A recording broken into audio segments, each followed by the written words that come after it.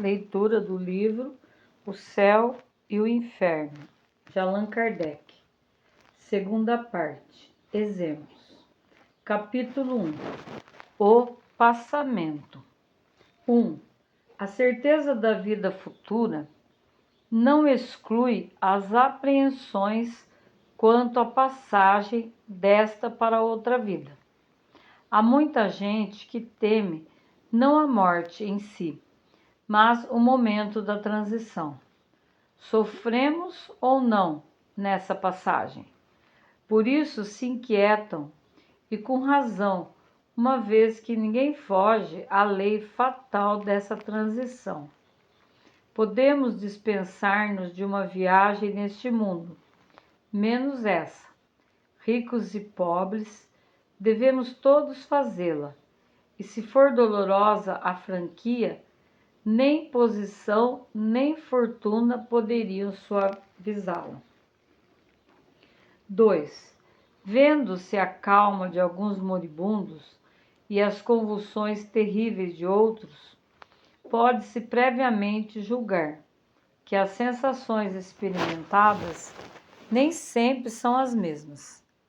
Quem poderá, no entanto, esclarecer-nos a esse respeito? Quem nos descreverá o fenômeno fisiológico da separação entre a alma e o corpo? Quem nos contará as impressões desse instante supremo, quando a ciência e a religião se calam? E calam-se porque lhes falta o conhecimento das leis que regem as relações do espírito e da matéria, parando uma nos umbrais da vida espiritual e a outra nos da vida material. O espiritismo é o traço de união entre as duas, e só ele pode dizer-nos como se opera a transição, quer pelas noções mais positivas da natureza da alma, quer pela descrição dos que deixaram este mundo.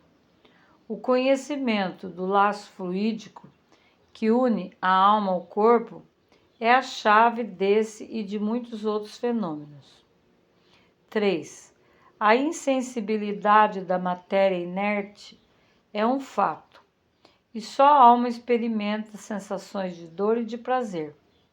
Durante a vida, toda a desagregação material repercute na alma, que por este motivo recebe uma impressão mais ou menos dolorosa.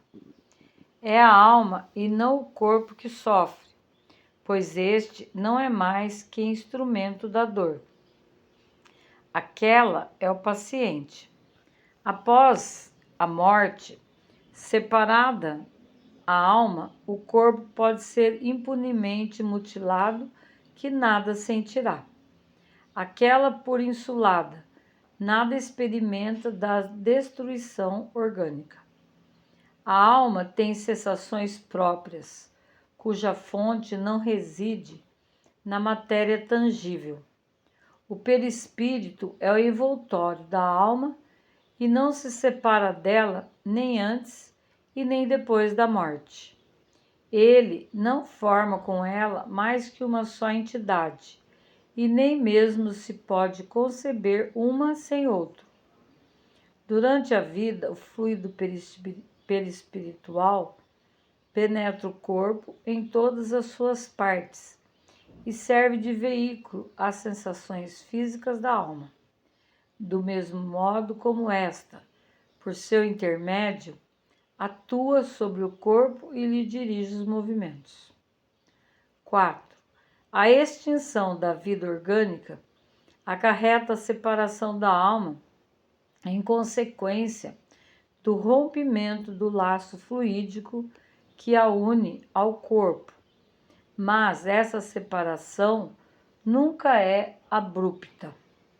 O fluido espiritual só pouco a pouco se desprende de todos os órgãos, de maneira que a separação só é completa e absoluta quando não mais reste um átomo de perispírito ligado a uma molécula do corpo.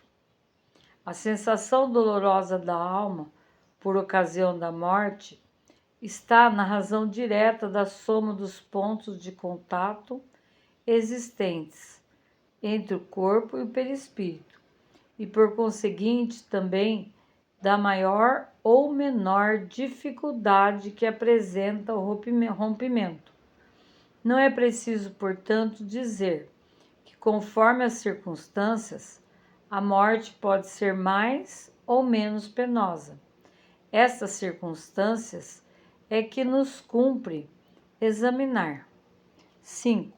Estabelecemos, em primeiro lugar, e como princípio, os 4 seguintes casos, que podemos considerar como situações extremas, dentro de cujos limites há uma infinidade de variantes. Primeiro, se no momento em que se extingue a vida orgânica, o desprendimento do perispírito fosse completo, a alma nada sentiria absolutamente. Segundo, se nesse momento a coesão dos 2 elementos estiverem no clímax de sua força, produz-se uma espécie de ruptura que reage dolorosamente sobre a alma.